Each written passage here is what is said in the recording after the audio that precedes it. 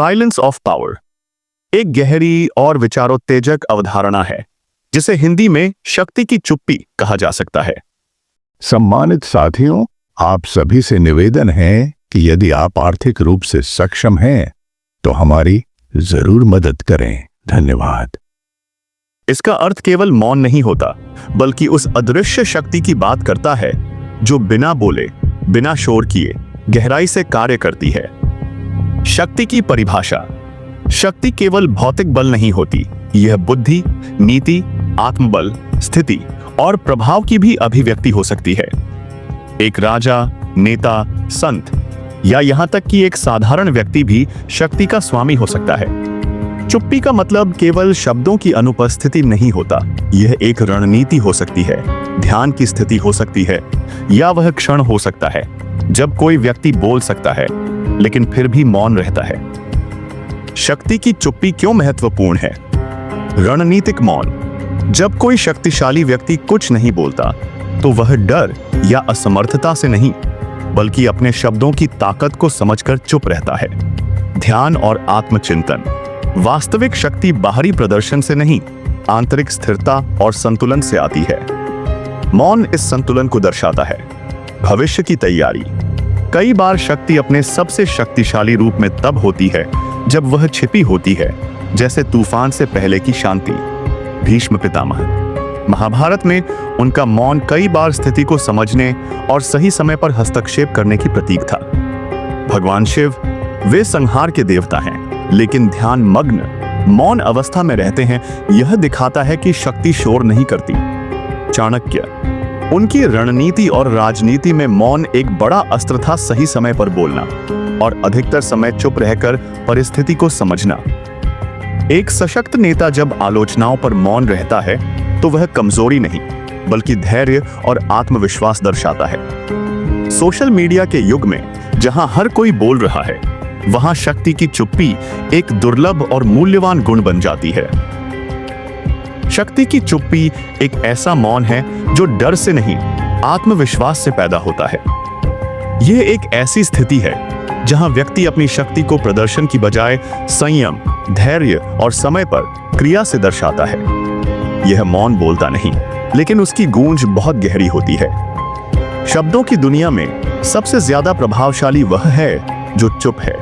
उस मौन में एक आग है, एक तूफान है, एक रहस्य है और एक प्रतीक्षा। मौन की परिभाषा। मौन को अक्सर कमजोरी समझा गया, पर क्या सच में यह कमजोरी है? शब्द युद्ध छेड़ते हैं, मौन साम्राज्य रचते हैं। जब कोई शक्तिशाली व्यक्ति मौन होता है तो वह परिस्थिति को केवल देख नहीं रहा होता, वह उसे समझ रहा होता है। उसके भीतर एक चेतना चल रही होती है, शांत, संयमित और सटीक। चाणक्य जब तक्षशिला में अपमानित हुए, उन्होंने कोई विरोध नहीं किया, वे चुप थे। लेकिन उसी चुप्पी में उन्होंने एक योजना रची जिसने मगध का सिंहासन हिला दिया। भीष्म पितामह महाभारत में मौन थे क्योंकि वे अपने व्रत के बंधन में थे। उनकी चुप्पी युद्ध के मैदान में गूंज बनकर लौटी।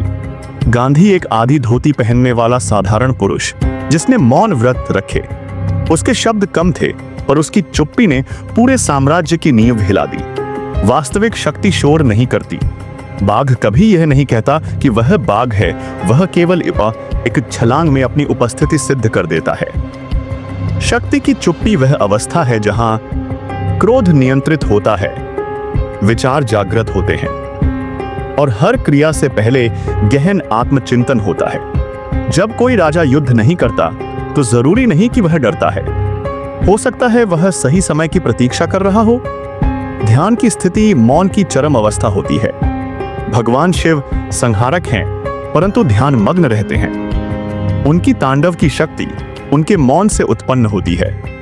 गुरु नानक, बुद्ध और महावीर ये सभी मौन के पूजक थे। उनकी ऊर्जा शब्दों में नहीं थी, उनकी ऊर्जा उनके मौन में थी। आज के युग में जहां हर कोई बोल रहा है, शक्ति की चुप्पी और अधिक दुर्लभ और मूल्यवान हो गई है। एक नेता जब चुप होता है तो वह हर शब्द तौल रहा होता है। एक साधु जब मौन होता है तो वह ब्रह्मांड से संवाद कर रहा होता है। एक माँ जब मौन होती है तो वह अपने पुत्र के भविष्य की चिंता कर रही होती है। आनंद जी है। कभी ध्यान से देखिए, जब आप अकेले होते हैं और कोई आवाज, वहीं पर आपको अपनी आत्मा की आवाज सुनाई देती है। शक्ति की चुप्पी दरअसल आत्मा की आवाज होती है, जो कहती है तू वह है जो तू सोचता भी नहीं। तेरे भीतर वह सामर्थ्य है जो तू पहचानता भी नहीं।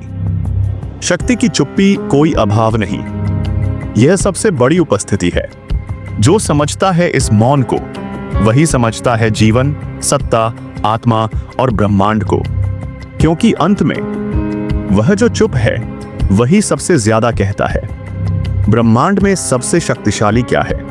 ध्वनि, प्रकाश, गति? नहीं, शून्यता, मौन, सन्नाटा। ब्रह्मांड का आरंभ ओम सब से हुआ, जो स्वयं एक मौन के भीतर की ध्वनि है। हर ग्रह, हर तारा, हर गैलेक्सी एक विराट मौन में तैर रही है। शक्ति की चुप्पी ब्रह्मांड की मूल प्रकृति है। जब ब्रह्मा ने सृष्टि की रचना की, वह एकांत में था। जब शिव ध्यान में थे, वह मौन थे। जब विष्णु शेषनाग पर लेटे हैं, वह गहन मौन में ही संसार का संचालन कर रहे हैं। अहंकार चिल्लाता है, मैं हूं, मुझे देखो, मेरी बात सुनो। पर शक्ति कहती है, मुझे कुछ कहने की जरूरत नहीं। जब समय आएगा, मैं स्वयं प्रकट हो जाऊंगी।